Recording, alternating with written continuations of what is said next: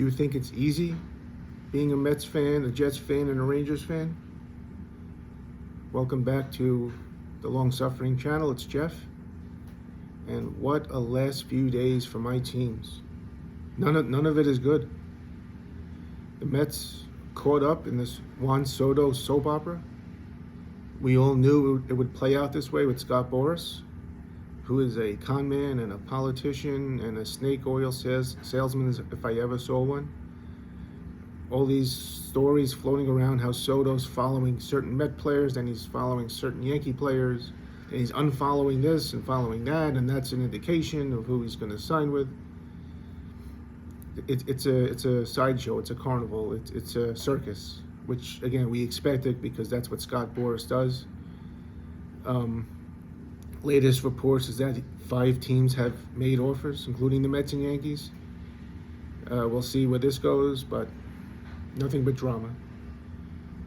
The Jets had a bye week, but that didn't stop them from being in the headlines because General Manager Joe Douglas was fired, and all these reports are coming out that Aaron Rodgers is going to be cut or benched. The Jets coaching staff said, no, that's not true. He's still playing. And now they've hired a firm led by former GM Mike Tannenbaum to lead the search for a new general manager. Now, I personally think this is great news for Rex Ryan, who is opining for the job, because Tannenbaum and Rex were cohorts in the last time the Jets made the playoffs and were competitive. Some people say no because they had a fractured relationship, but Rex is out there screaming that he wants the job, which I think is classless. Somebody already has the job. His name is Jeff Ulbrich. So I think it's shady for Rex to come out and say, I can fix this in 2 minutes. I can get this team to play harder than anybody. I love Rex, but I'm sorry, Rex. What you're doing is wrong. You want the job? Fine. Wait till the season's over. Anyway, what's going on with the Rangers? This is very un-Ranger-like. What's been going on? Not their crappy play on the ice, but the stories leaking all over the place. I mean, they've always been a buttoned-up franchise. And Chris Drury himself is somebody that doesn't use the media. But all of a sudden, I mean, you go back to the ill-fated Jacob Trouba trade to Detroit back in the draft, back in June when the draft was, that got leaked. And then it got leaked that Igor Shesterkin turned down the richest contract ever offered to a goalie in NHL history. And now it's being leaked that the Rangers want to start breaking up this core, naming Chris Kreider and Jacob Trouba as 2 of the players that they're looking to move. This is shocking. The Rangers don't do this. Most teams don't do it, but the Rangers don't leak stuff to the media. They are very buttoned up. And there's so much weird stuff going on with them. Like, Filipino gets hurt, we think it's a concussion. Then they test him to say it's not a concussion, and he flew all the way out to Calgary to meet the team, but he doesn't play. If he's still not close to being ready to play, why do you put him on a plane out to Western Canada when he could be back here resting, recuperating, getting whatever treatment that he needs, skating at the practice facility to get ready? Why? And then you fly Victor Mancini from Hartford to Edmonton. He had some sort of crazy travel connection nightmare where it took him like 12 hours to get there. You haven't played one game and then you send him back to Hartford when you already had the extra defenseman in Chad Ruhwedel, who was there with the team. This is really, really peculiar, strange stuff that's going on with the hockey team. And last night against St. Louis was another stinker. Another game where the effort just wasn't there. The heart, the emotion, the energy wasn't there. They bring up Brett Berard and Matt Rempe to supply some chutzpah, as the saying goes.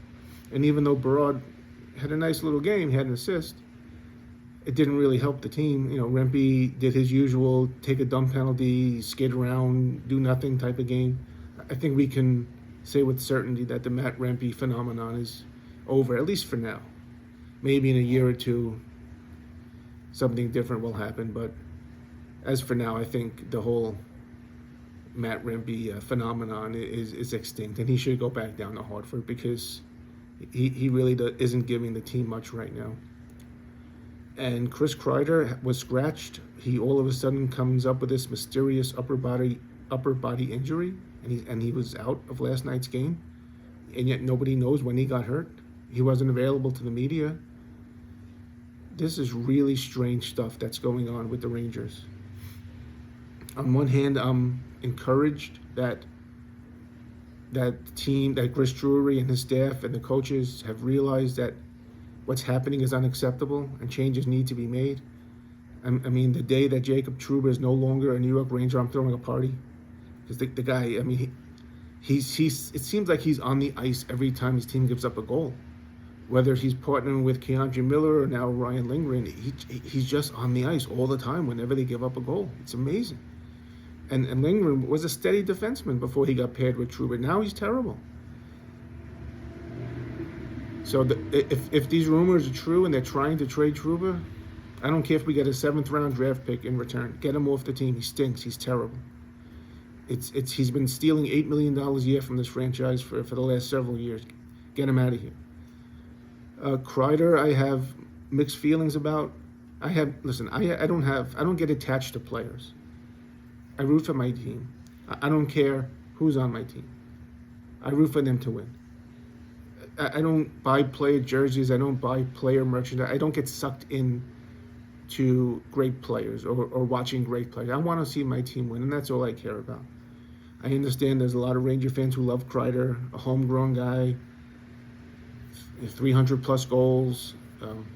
If he stays a Ranger, he might break Rod Gilbert's record for goals scored for the franchise. So I'm a little slightly mixed feelings about whether or not he gets traded. And let's be honest, he does score the type of goals that you need in the playoffs. Those greasy goals, those dirty goals, those net mouth goals. That's his specialty. And in fact, that's the really only thing that he does well is deflect pucks home and those slam dunk goals. That's what he does well.